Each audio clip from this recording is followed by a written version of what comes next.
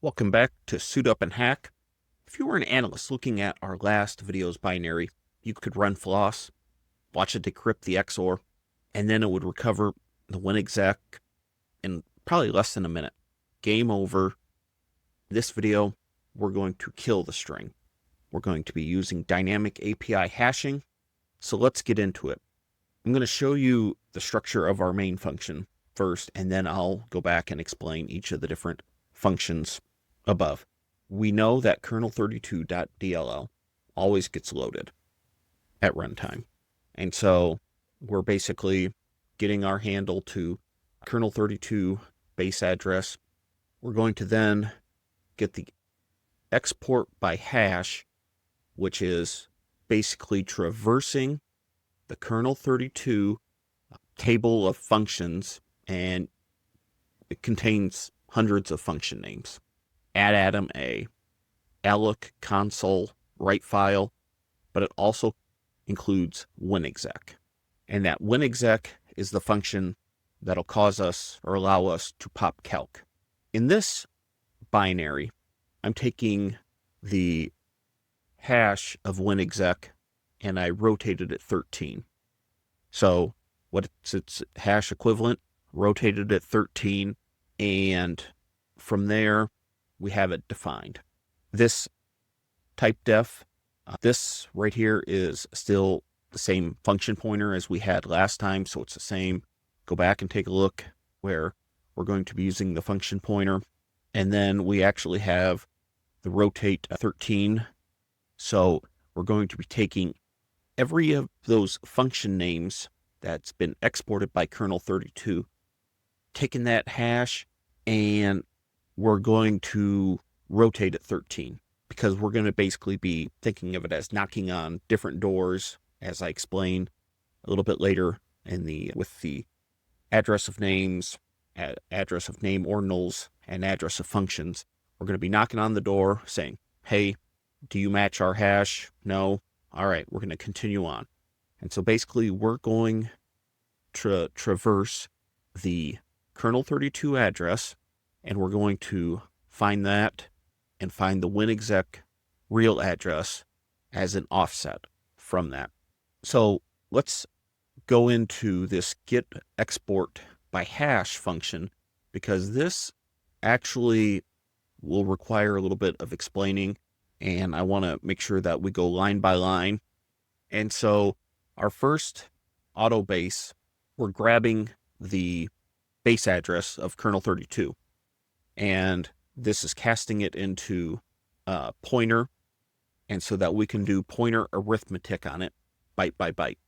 The DOS header, and you can think of these two as basically one and the same, as important, because what we're doing is every PE file structure, every PE file starts with the same DOS header, which is the data structure of the base address. And the only field that we care about with regards to this is going to be this DOS header, this field, E_LFANEW, which is telling us where the NT headers live. And now we're going to be moving to the export directory, which is the data directory, and it's an array of entries, and its virtual address is going to be an offset from that kernel32 base. We're adding them together, and we land on the image export directory structure, which is everything that DLL kernel32 exports. So again, all those functions, that's basically the map that shows us where each of those addresses are, that we can go start knocking on door by door and saying, hey, when we compare your hash to mine, are you the WinExec? And do we have the corresponding address? Yes or no? No, I'm going to knock on the next door. And so the address of names is basically the real address to each function name string. And then we have the corresponding index of address of functions for each name, which is the address of name ordinals. And the actual then address of functions is the real address synced to the actual function code. And these are all in parallel. Index I in the names is corresponding to the index I in the address of name ordinals, which then corresponds to the index I in the address of functions. We are then going to go ahead and loop through each of the address names, passing it to the hash string, and we then want to get, again, that hash string, and we're going to check to see if it matches.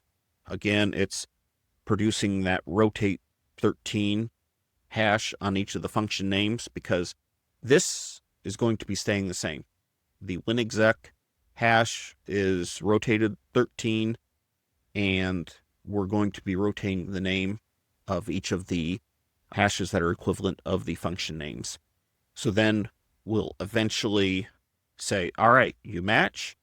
And what this does, what this is doing is GetExportByHash is the same functionality as GetProcAddress, but we're not using GetProcAddress.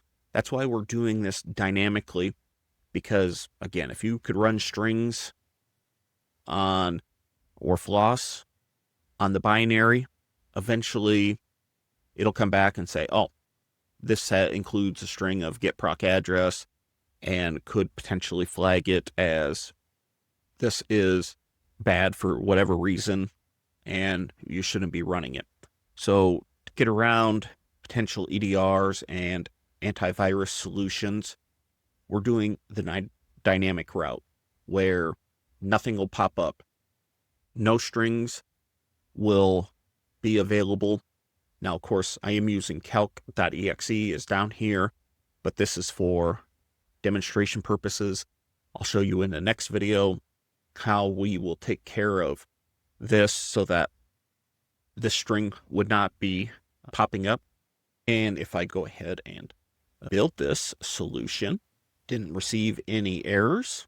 And next, I'm going to go ahead and minimize because I have my PowerShell up and running. So let's go ahead and do a directory on that. We have our dynamic API.exe. If I hit run, it resolved and we popped calc.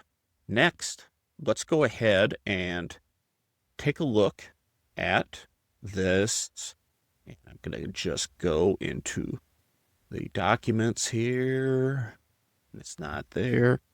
It's going to be in users, which if we go and the dynamic API, go to 64, a release, we have our application here. I'm going to go ahead and drop it into PEBear. We don't have GetProcAddress. Instead, what we did was we went through and we dynamically implemented the GetExportByHash function, and we knocked on each of those doors, compared it, grabbed the address, fed it through in our code here, and we were able then to use winexec to pop calc. So in our next video, I'm going to go ahead and show what we can do to cover this up, essentially. How can we also get calc to pop without these different strings, so it's not going to be showing up in our strings output here in our PEBear like it is here. So we'll see you in the next video. Thanks for watching.